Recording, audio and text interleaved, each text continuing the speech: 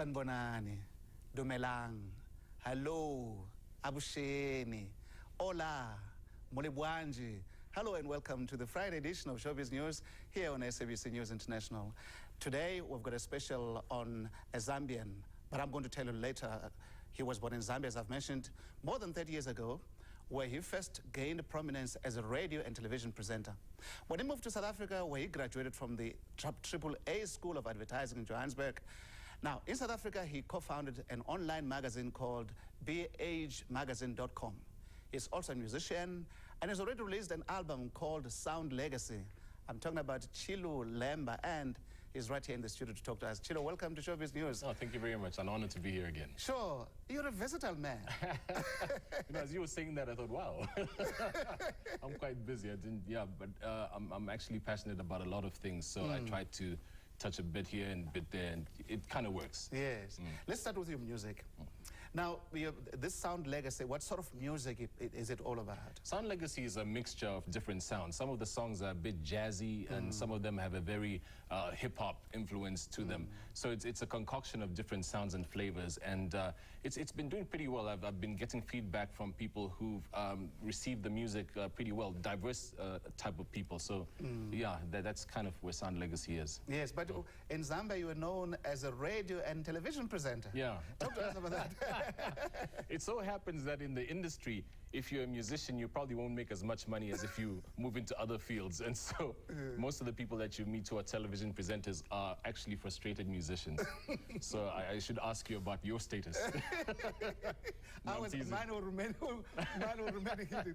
But now, talk to us about what sort of program were you presenting in Zambia, both television and radio? Radio. I'll start with the radio. With radio, I was working for a radio station called Radio Phoenix. I used to do the drive show, and after about 2 years, I became the acting station manager. But I was, I think, 21 years old, so it was a huge responsibility for me at that young age.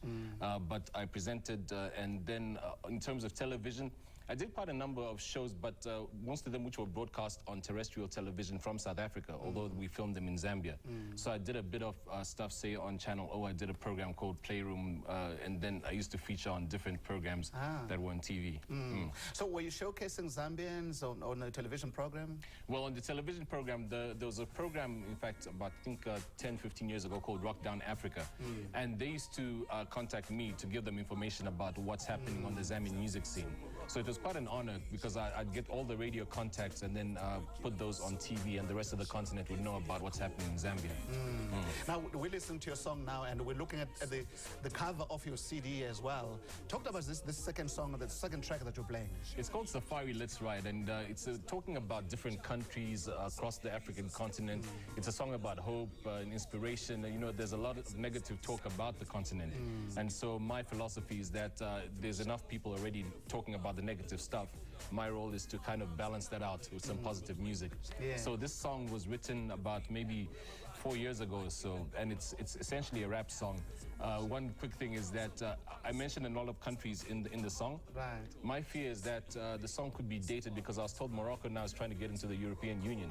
So, or something of that sort. They've been trying that for a long time. I don't think it will. As soon as that happens, I have to do a remix of the song and remove them from the actual track. But it's an upbeat song, and it did pretty well. Who would you say is the main constituency? The youth? I guess essentially it's the youth, because at the core of it, my major influence is hip hop. But then hip hop is a philosophy, it's a way of life, and so I find that you can translate the hip hop philosophy into a jazz type of song. So essentially, it is young people who kind of find that the music resonates with them. But I've had a lot of people who are a lot older, I won't call them old people, who've contacted me and said they enjoy it. They like it, obviously. It reminds some of them of CBC's music, apparently, Yes. Okay. No, but music doesn't respect age anyway. Absolutely. Yeah. Now talk to us about your being an MC as among the other heads.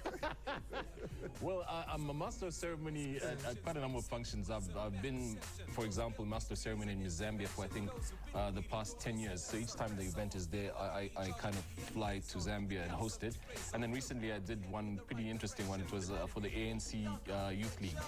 Yeah, that was about, I think, a week ago. So I I do every once in a while interact with audiences in that form. Okay. Yeah. And now voiceovers, because you also do voiceovers. That's actually about maybe 70% of what I do. I've done a lot of Confederations Cup material. There's a channel, SABC 3. I do most of the stuff that you hear. Next on 3, Survivor, you know, stuff like that. So, so that's a big part of my world in terms of economic sustainability. And then music is just my passion. Yes. Now, what sort of advice would you give to a young person who would love to be as versatile as you are? Well, kind of figure yourself out. There are a lot of things that I can't do. And I've come to terms with the fact that I can't do certain things. So I'm just kind of moving in the area of things that I'm good at and kind of flourishing. So find whatever you're good at and start expanding on that and go to school. Right now I'm doing an honors degree, and so education doesn't actually ever end. You know, you need to keep upgrading your skills and your knowledge set. Right. And now the other important thing is how important are agents in this industry? Because obviously you can't know about what's going on unless you have an agent. How important are they? Very important. In my experience, very important. I've been with an agent called Intertalent. They've represented me, I think, for about 7 years. Right. And if it wasn't for them, I think I'd be way off many people's radar. So I think an agent is very important. If one wants to get particularly into voiceovers, try and find an agent, convince them of how good you are, and engage with them. Okay, well, Chilu Lemba, thank you so much for chatting to us. And we wish you even more success in your chosen career. No, thank you so much. Always a good being here with you. Sure, sure. Well, this is where we end this edition of Showbiz News. Please join us again on Monday for another edition. Until then, this is Richard Nwamba saying in Nyanja, the language of Zambia, Malawi, and Mozambique, Salam Bueno.